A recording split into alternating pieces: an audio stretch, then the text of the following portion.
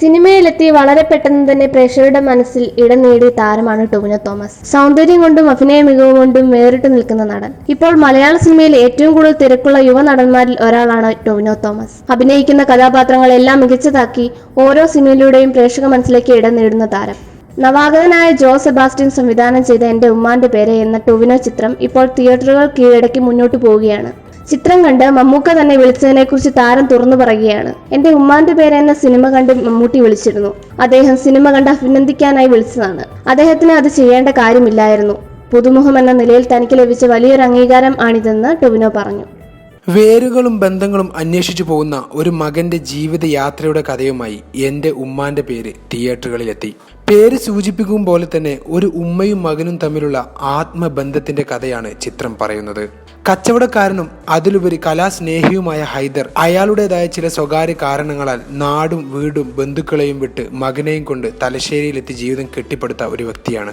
അടുത്ത സുഹൃത്തിന് പോലും അറിയാത്തൊരു ഇന്നലെ അയാൾക്കുണ്ട്.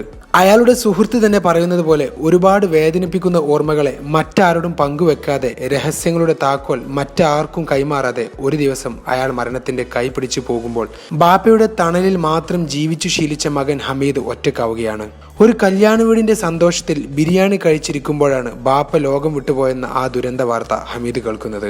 അല്പം കർക്കശക്കാരനായ ബാപ്പയുടെ നിഴലിൽ നിന്ന് ശീലിച്ച ഹമീദ് അവിടെ മുതൽ ചിറക് നഷ്ടപ്പെട്ടൊരു കോഴിക്കുഞ്ഞിനെ പോലെയാവുന്നു. പണവും ജീവിത ചുറ്റുപാടുകളും എല്ലാം ഉണ്ടായിട്ടും ഒറ്റക്കാവലിന്റെ വിങ്ങലും വേദനയും ഒക്കെ അവൻ അറിഞ്ഞു തുടങ്ങുകയാണ്.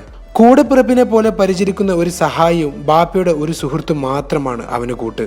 ഇഷ്ടപ്പെട്ട പെണ്ണിനെ വിവാഹം കഴിക്കാൻ പോലും തന്റെ യത്തീം മേൽവിലാസം അവന് തടസ്സം സൃഷ്ടിക്കുന്നതോടെ അവൻ തന്റെ ഉമ്മയെ അന്വേഷിച്ചിറങ്ങുകയാണ്. ഉമ്മ മരിച്ചു പോയാലും അവർക്കൊരു പേരെങ്കിലും ഉണ്ടാകില്ലേ എന്നൊരൊറ്റ വിശ്വാസമാണ് അവനെ മുന്നോട്ട് നടത്തുന്നത്. എവിടെ തുടങ്ങണം, എങ്ങോട്ട് പോവണം എന്നറിയാത്ത ഹമീദിന്റെ യാത്രയും പ്രതിസന്ധികളും കണ്ടെത്തലുമെല്ലാമാണ് ഈ ചിത്രം പറയുന്നത്. ഏറെക്കാലത്തിനു ശേഷം മലയാള സിനിമക്ക് കുടുംബാന്തരീക്ഷത്തിലുള്ള ഒരു ഫീൽ ഗുഡ് ചിത്രം സമ്മാനിക്കുകയാണ് എന്റെ ഉമ്മാന്റെ പേര്. അതീവ വൈകാരികമായൊരു വിഷയത്തെ ചിരിയിൽ പൊതിഞ്ഞാണ് സംവിധായകൻ പ്രേക്ഷകന് മുന്നിലെത്തിക്കുന്നത്. പ്രധാന വേഷത്തിലെത്തുന്ന നടീനടന്മാരുടെ പെർഫോമൻസിന്റെ മികവാണ് സിനിമയുടെ നട്ടെല്ല്. അരക്ഷിതാവസ്ഥകളുള്ള വലിയ ലോക വിവരമൊന്നുമില്ലാത്ത ഉമ്മ എന്ന സങ്കല്പത്തെ പോലും പ്രണയിക്കുന്ന മകനായി ടൊവിനോ ഹമീദിലേക്ക് പരകായ പ്രവേശനം നടത്തിയിരിക്കുകയാണ്. ഉർവശി കൂടെ കഥയിലേക്ക് എത്തുന്നതോടെ സിനിമ അതീവ ഹൃദ്യമായി അനുഭവപ്പെട്ടു തുടങ്ങും പ്രേക്ഷകർക്ക്. ഉമ്മയും മകനുമായി എത്തിയ ഉർവശിയും ടൊവിനോയും ഒന്നിനൊന്ന് മികച്ചു നിൽക്കുന്ന അഭിനയ മുഹൂർത്തങ്ങൾ നിറയെയുണ്ട് ചിത്രത്തിൽ. സിനിമയോട് അത്രമേൽ പാഷൻ സൂക്ഷിക്കുന്ന രണ്ടുപേർ മത്സരിച്ചഭിനയിക്കുന്നത് കണ്ടിരിക്കുന്നത് തന്നെ എത്രയോ സന്തോഷമുള്ള കാര്യമാണ്. ഈ ഉമ്മായ്ക്കും മകനും പകരം മറ്റാരെയും സങ്കല്പിക്കാനാവാത്ത വിധം കഥാപാത്രങ്ങളെ അനശ്വരമാക്കുന്നുണ്ട് ഇരുവരും. ആയിഷ എന്ന ഉർവശിയുടെ കഥാപാത്രത്തിന് മറ്റൊരു മുഖം നിർദ്ദേശിക്കാൻ ആർക്കും സാധിക്കില്ല.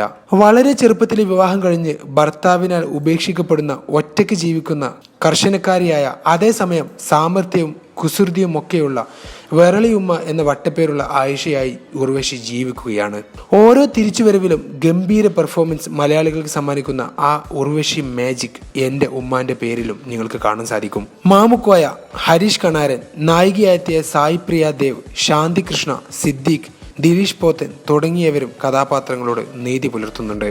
സ്വാഭാവികമായ നർമ്മ മുഹൂർത്തങ്ങൾ തിയേറ്ററുകളിൽ പൊട്ടിച്ചിരി വിതറുന്നു. മാമുക്കോയ, ഹനീഷ് കണാരൻ, ടൊവിനോ കോമ്പിനേഷൻ രസകരമായ നിരവധി നർമ്മ മുഹൂർത്തങ്ങളാണ് സമ്മാനിക്കുന്നത്.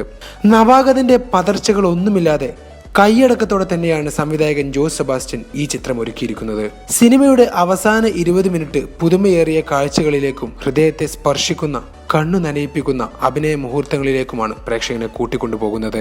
സങ്കടങ്ങളിലും ചിരിക്കാൻ കഴിയുന്ന മനുഷ്യരുടെ ഹൃദയവ്യതകളെ അതിമനോഹരമായി തന്നെ പോർട്രേ ചെയ്യുന്നുണ്ട് തിരക്കഥ. സിനിമ കണ്ടിറങ്ങുമ്പോൾ ആ മകനും ഉമ്മയും കൂടെ പോരും. കാരണം 2.5 മണിക്കൂർ സിനിമാ കാഴ്ചക്കിടെ എപ്പോഴോ സ്നേഹം കൊണ്ട് അവർ പ്രേക്ഷകന്റെ ഹൃദയം സ്വന്തമാക്കുന്നുണ്ട്.